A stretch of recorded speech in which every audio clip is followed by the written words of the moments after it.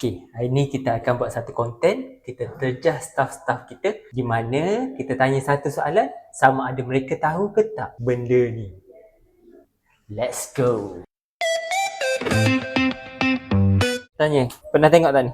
Apa benda ni? Virginia speculum. Oh, ni tahu? Ha, Dia apa yang melitik. Speculum. Oh, pernah tengok. Nak buka kemaluan perempuan. Untuk ambil test perempuan. Untuk Miswi punya Ini alat spekulum untuk pembukaan rahim.